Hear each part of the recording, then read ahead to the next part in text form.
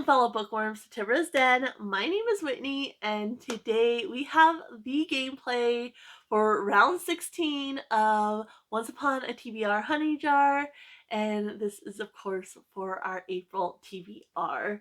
I can't wait to dive in, but there are a few things to just go over real quick. So, for those of you asking, I did leave the link in last month's video, so all of February's video has the link, but I did create the prompts for Once Upon a TBR Honey Jar that I use, and so I just did each little character and what prompts I have underneath them. So that's linked down below. It's a Google document. I think I need to fix it because I've been having to give permission for you guys to view it, but yeah, I wanted to include that just so you guys know it is available if you're one of the ones who are interested in it. I was happy to do that. I was asked by a couple people, and actually, Marianna was so nice, and as kind of a thank you, she sent me this Dark Descent by Kalyn Josephson. And this is definitely a book I'm really interested in reading, and I definitely am hoping to get it on my April TBR. I don't know if I will or not, but I'm going to try because it's one I'm really, really interested in. Marianna said no pressure, but I want to read it sooner rather than later. So it might end up being a mood read, even if I'm not able to officially get it on the TBR. We shall see. I did complete my February TBR, which means we have another reward token, so this can be used in place of a honey jar prompt. And so now I have two, because I still have my December one as well. So now I have two that I can use at any point in time if there's a honey jar prompt that I just don't think works, or I'm just not feeling that month. I can replace it with a reward token. So there's that. And then there are just 3 bookworms that I need to put back in. Like I said, I completed my February TBR, but these just automatically go back in. So the first one, of course, is Dictionary Word of the Day. So that will definitely be going back in. Then we have the 5 W's, which will go back in. And lastly, we have recommended by favorite author. So those 3 are going back in the jar. And I have some books that I want to hopefully get on the TBR, but we will see how it goes. The first one I'm going to mention, though, the others I'll mention at the end if I'm able to get them on. Great. If not, it's fine. But the first one I will mention is Dragon in the Amber by Diana Gabaldon. I added this as an extra to February. It wasn't officially part of the game TBR or anything like that. But I ended up having to finish Outlander in February, and I just wasn't ready for the next one. The third book I had originally put on my March TBR, but because I never ended up getting to this one's officially on the March TBR. But I'm going to give myself 2 months for these books. So as long as I start it in the month that I assign it to, so this one's assigned to March now, as long as I start it, I can still get a reward for it.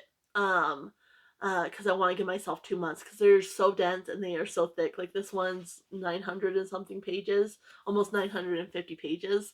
And yeah, Outlander just took me like the first week of February. I was still reading that. So yeah, these are gonna go 2 months, and then like I said, as long as I start it within the first month that's officially assigned to, I can still get a reward even if I don't complete it. So there's that one. And then of course we do have, I had to figure out where I put it, my Genrethon, which the prompt for April is Easter, and to read a Christian fiction. So I'm going to go with The Shack by W.M. Paul Young. And I will talk a little bit more about this and another Christian fiction I'm reading, which both these authors are one I would recommend if you're not very religious, if you're not really into Christian fiction.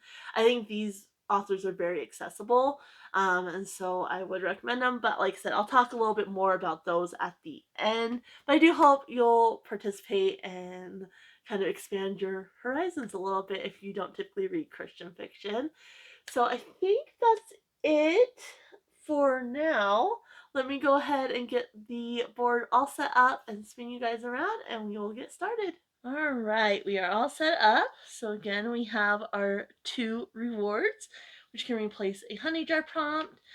I finally fixed my cards, so just a reminder, we're going to roll for our character first. If we get 1, that's Christopher Robin, which is coming of age or middle grade and younger. 2 is Pooh, which is classic or comfort read.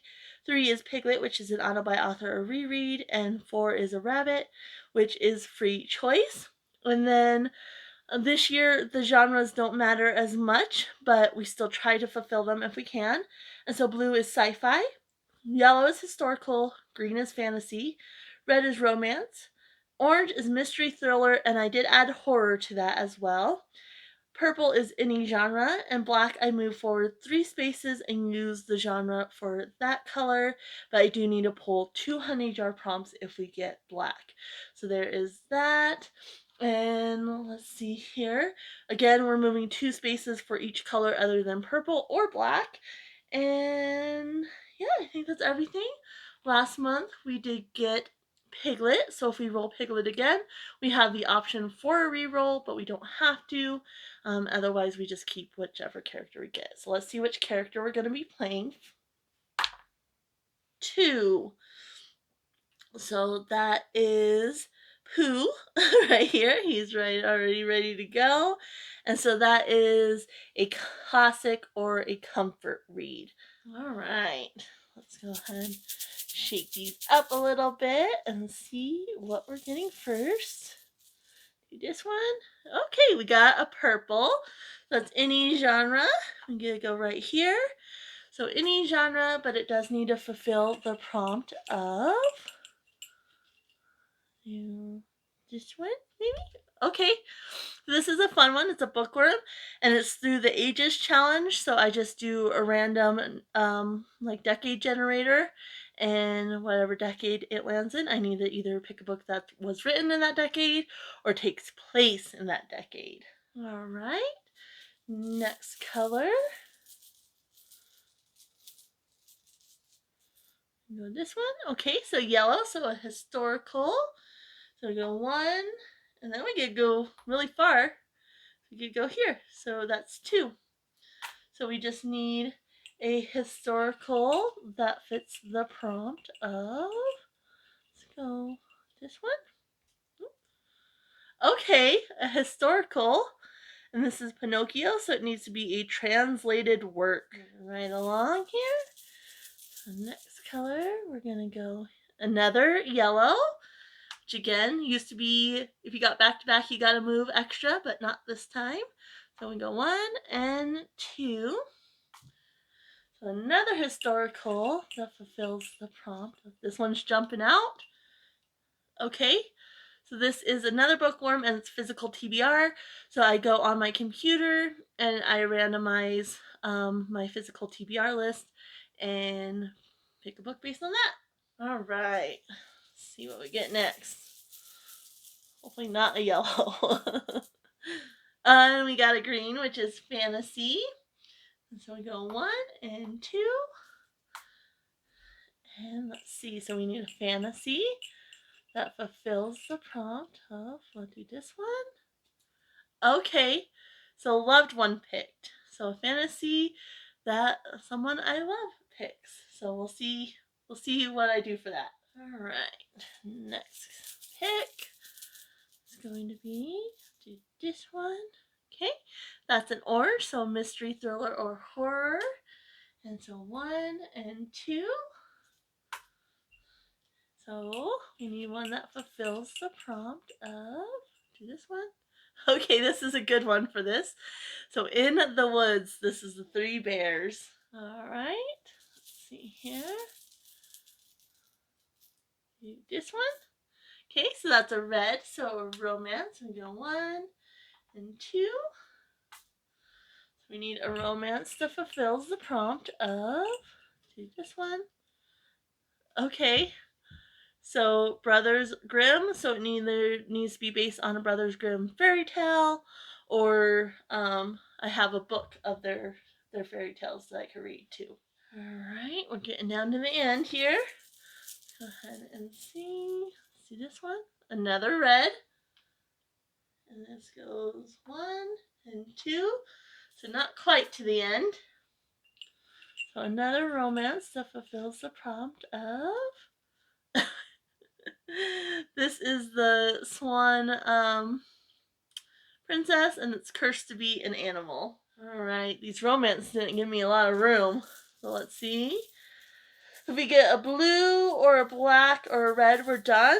If we get an orange, we can move. Anything else just goes off to the side. Let's do this one. Okay, so that is an orange. So another mystery or thriller, but we can only move one because it's the end of the board. We need a mystery or thriller or horror that fits the prompt.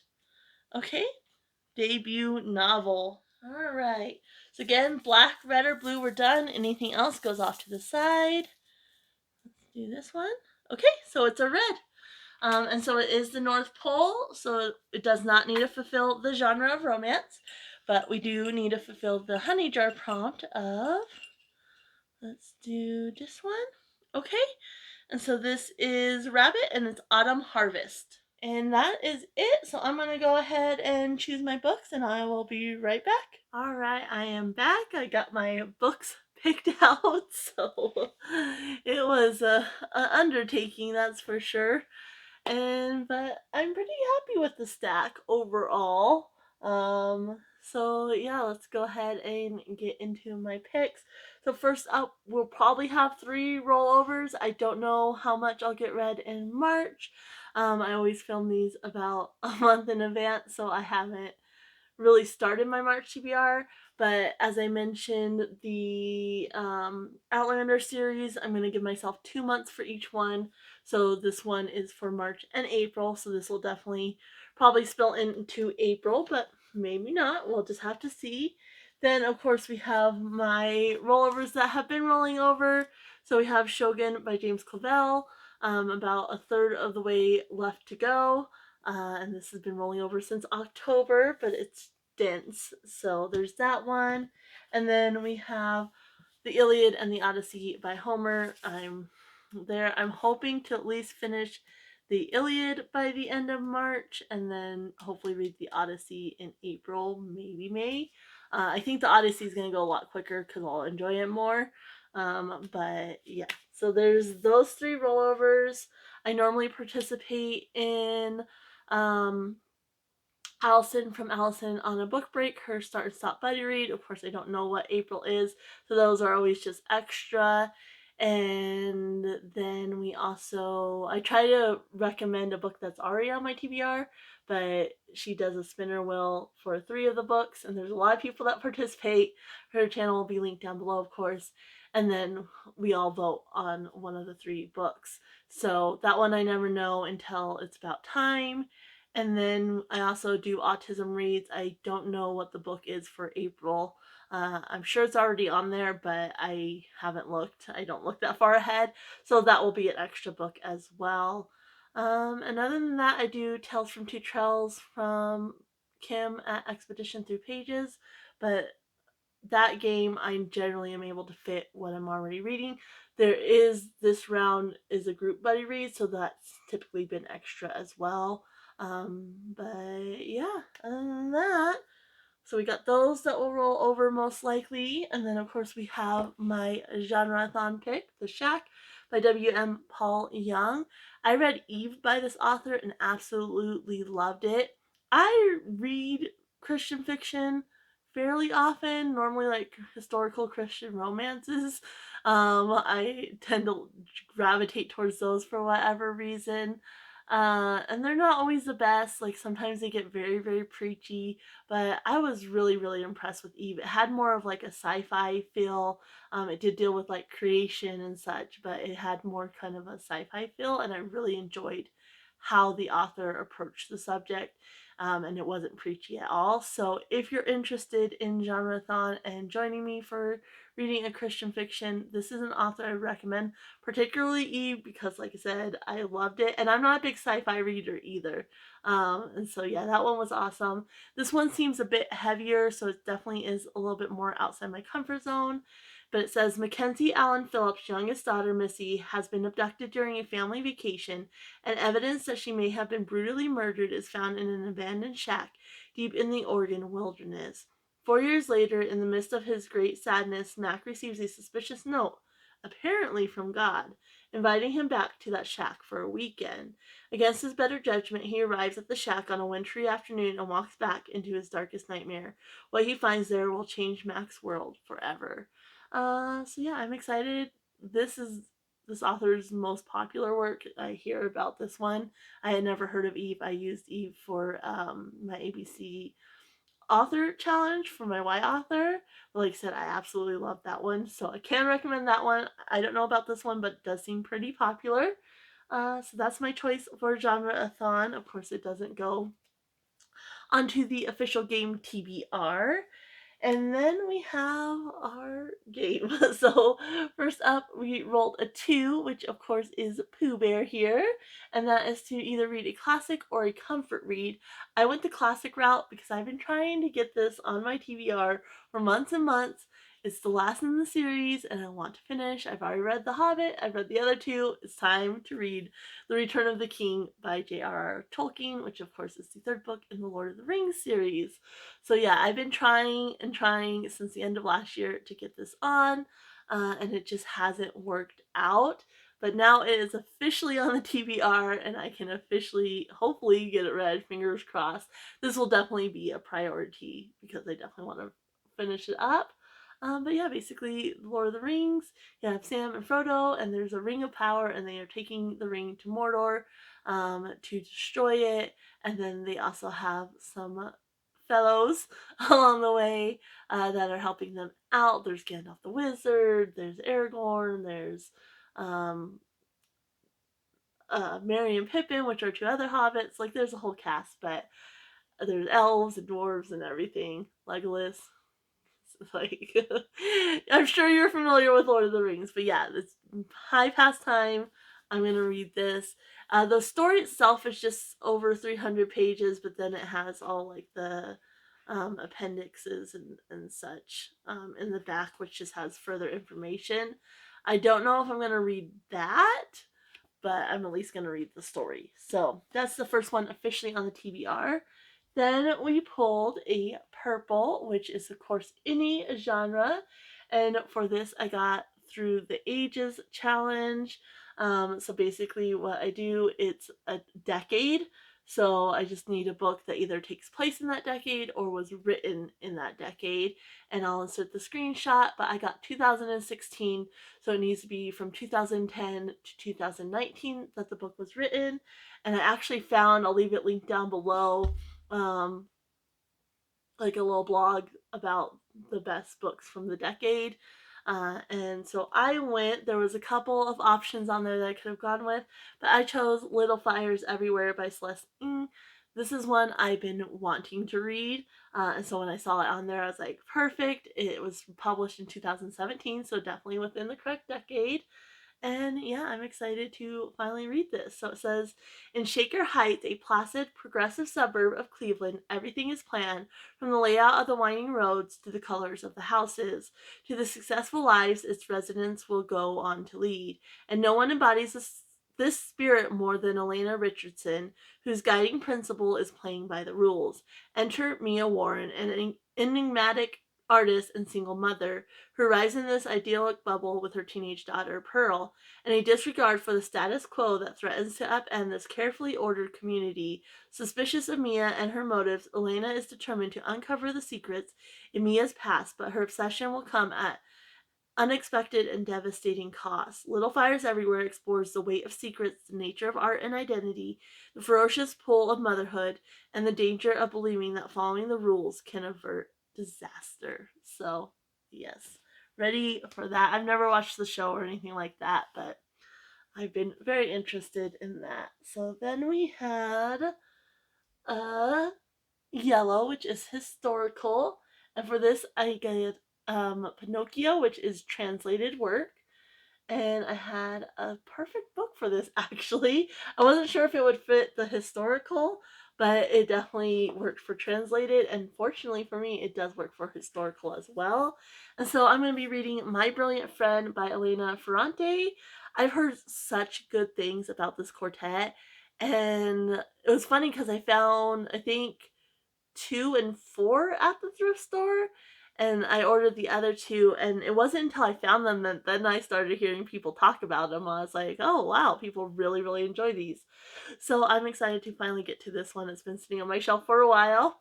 And so this one, it says, from one of Italy's most acclaimed authors comes this ravishing and generous-hearted novel about a friendship that lasts a lifetime. The story of Elena and Lila begins in the 1950s, so there's that historical aspect.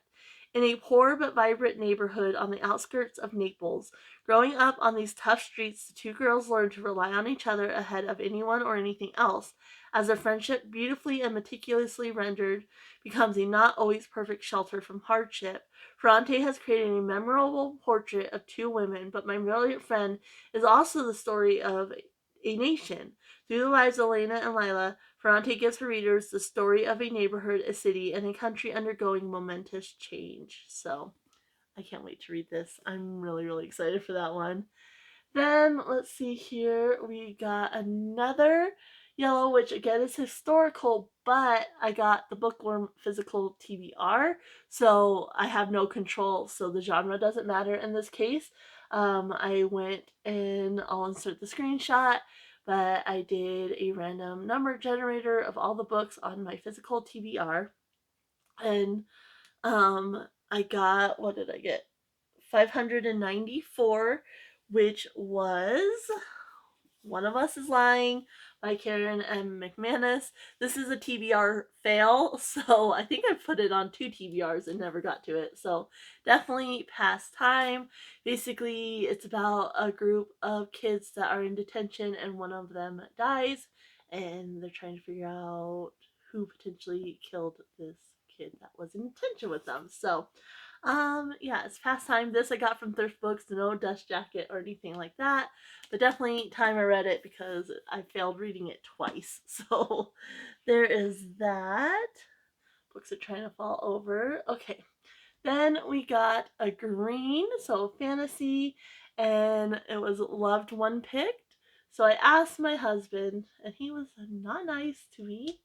He's been wanting me to read this book and this author. And so he's like, when are you going to read that book? Only if I choose it. And that's the book he chose.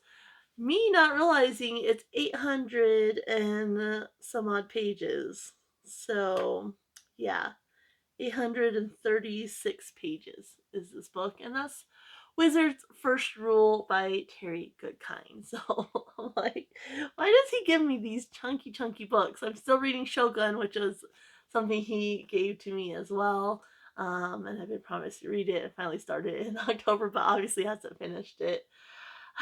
So yeah, I'll be reading The Wizard's First Rule by Terry Goodkind. So it says, a sword of truth to destroy a prince of lies. Twilight has fallen upon the three kingdoms, a gray time that could foretell either dawn or descent into bitter night. Richard Cypher, woodsman and warrior, is chosen to bear the powerful sword of truth, but his enemy, Dark and Raw, is a royal mage who commands armies, hideous beast, and more terrible by far, a twisted magic.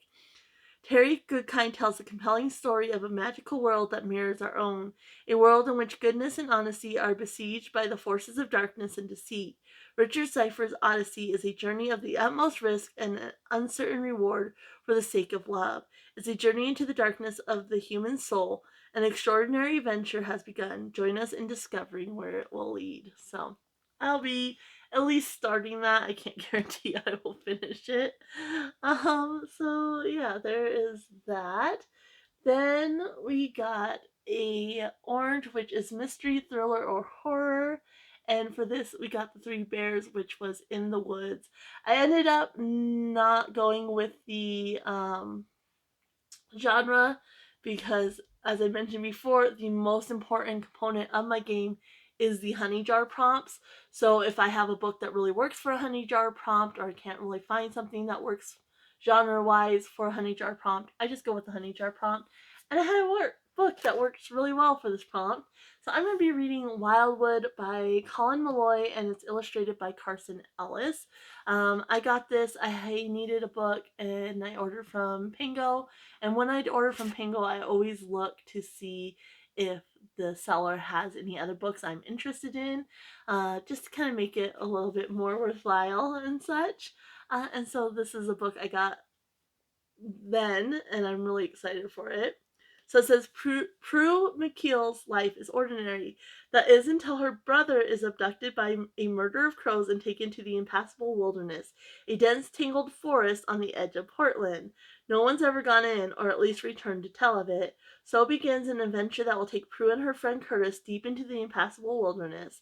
There they uncover a secret world in the midst of violent upheaval, a world full of warring creatures, peaceful mystics, and powerful figures with the darkest intentions. And what begins as a rescue mission becomes something much greater as the two friends find themselves entwined in a struggle for the very freedom of this wilderness, a wilderness the locals call Wildwood. So, perfect, that wood aspect. And I've been kind of wanting to read it since I got it, so that's good. Next, we got a red, which is a romance, and the prompt was Rumpelstiltskin, which was Brothers Grimm.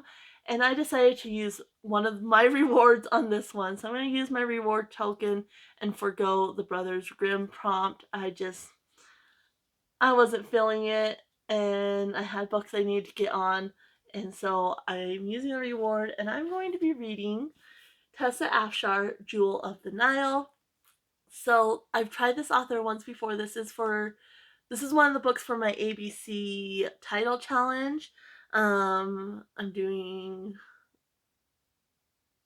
I, J, and K. Yeah, I, J, and K. So this is one of the books, so I needed to get it on for April, otherwise it would have been an extra. It does say it has romance in there. This is another one if you are participating in Genrethon. I think this is an author to definitely try. I forget what it's called, something Pearl, but Pearl in the Sand or something like that. But I'll insert a picture here anyway. And I really, really loved it. I was really impressed. Even though God and the Bible is very much the forefront, it doesn't feel preachy at all. It's very much more historical, and it's really, really interesting. Like, I think this author is very accessible, even if you aren't religious or anything like that. So if you're participating, I would check out this author. And so, yeah, I'm going to be reading Jewel of the Nile.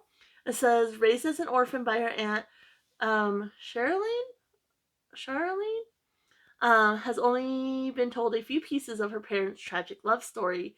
Her beautiful dark skin is proof that her father was a Cushite, but she knows nothing else. While visiting her grandfather, Charlene overhears that her father is still alive, and discovering his identity becomes her obsession.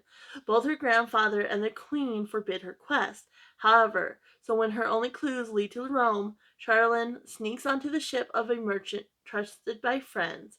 Theo is shocked to discover a stowaway on board his vessel, but drawn in by Charlene's story, he feels honor bound to see her safely to shore, especially when it appears someone may be willing to kill for the truth she seeks.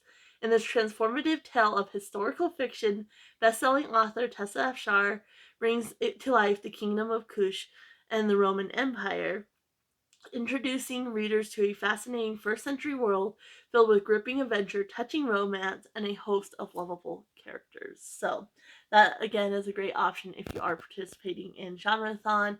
I've only read, like I said, I think it's called Pearl in the Sand. I've only read that one, but really, really great writing, and I have a feeling I'm going to really enjoy this one as well. So there is that. Then, next, we got another romance. And this one was the Swan Princess, and it's cursed to be an animal. And so for this one, I'm kind of very loosey-goosey with the genre and the prompt, but I'll explain my reasonings. And so I'm going to go with This Dark Descent by Kalyn Josephson. Again, this was a gift from Marianna, and I can't wait to read it. So I was like, I'm going to make this work. It does mention romance, and it mentions enchanted animals. So again, these are inspirations. I'm not like, oh, it has to perfectly fit. It's an inspiration. And so I think it's going to work. So it says 100 riders, 4 races, 1 winner. The Russell family is famous throughout Enderlane as breeders of enchanted horses, but their prestige is no match for their rising debts. To save her family's ranch, Makira Russell is left with only one option: enter the Elena, a treacherous cross-country horse race known as much for its high body count as its enticing prize money. To have a chance of success, Makira will have to recruit Ariel Kadar, a talented but unlicensed enchanter who creates golems in place of enchanted animals, and Damien Adair, a dashing young lord in the midst of a fierce succession battle. Both have mysterious reasons of their own to help Makira, as well as their own blood feuds to avenge. Steeped in Jewish folklore, this Dark Descent is a spellbinding new fantasy full of intrigue, romance, and pulse-pounding action. In a world as dangerous as this, will hidden agendas and conflicting desires butcher Makira, Ari, and Damien's chance of winning the Elena, or will another writer's dagger? So, yeah, like, it has romance. The enchanted animals is kind of the idea behind kind of being cursed to be an animal, and with the golems and such. Excuse me. That's why I'm going with this one. Plus, I just really, really want to read it. Like I said, these prompts are for inspiration, not necessarily hard and fast rules. So there's that. Then we got another mystery thriller horror, and this one needed to be a debut novel. I could not, I mean, I probably could if I looked a little harder. But again, I'm trying to be really kind to myself this year, and so I had a debut novel, but it's not a mystery horror thriller. And again, the honey jar prompt is the most important part of this game. So I'm going to add another one for my ABC title challenge, and that's my I title, and it was I Was Amelia Earhart by Jane Mendelsohn. And it does say in the book under, the information about the author that this is her first novel. She had written like articles and reviews, but this was her first novel, and it is a tiny one, which is very helpful, especially since I have that 830 something beast. And I'm excited to read this one. So it says, in this brilliantly imagined novel, Amelia Airheart tells us what happened after she and her navigator, friend Noonan, disappeared off the coast of New Guinea one glorious windy day in 1937. And she tells us about herself. This is her love affair with flying. The sky is flesh. There are her memories of the past, her childhood desire to become a heroine. Heroines, they did whatever they wanted. Her marriage to G.P. Putnam, who promoted her to fame but was willing to gamble her life so that the book she was writing about her round-the-world flight would sell out before Christmas. There is a flight itself, day after magnificent or perilous or exhilarating or terrifying day. Noonan once said, any fool could have seen I was risking my life but not living it. And there is miraculously an island, we named it Heaven as a kind of joke. And most important, there is Noonan. So, I'm not completely familiar, like hardly at all, with Amelia Earhart, so I'm excited to hopefully learn a little bit more, especially with like fictional books like that are inspired by true people or true events, real people, true events. I'll look up information as I'm reading it, so that will hopefully work. And then we had another red, which is romance, but it was North Pole, so any genre. And we got Rabbit Autumn Harvest, which this is one I had gotten before and used a reward on before. So I'm excited to have it come back up so I can actually use it.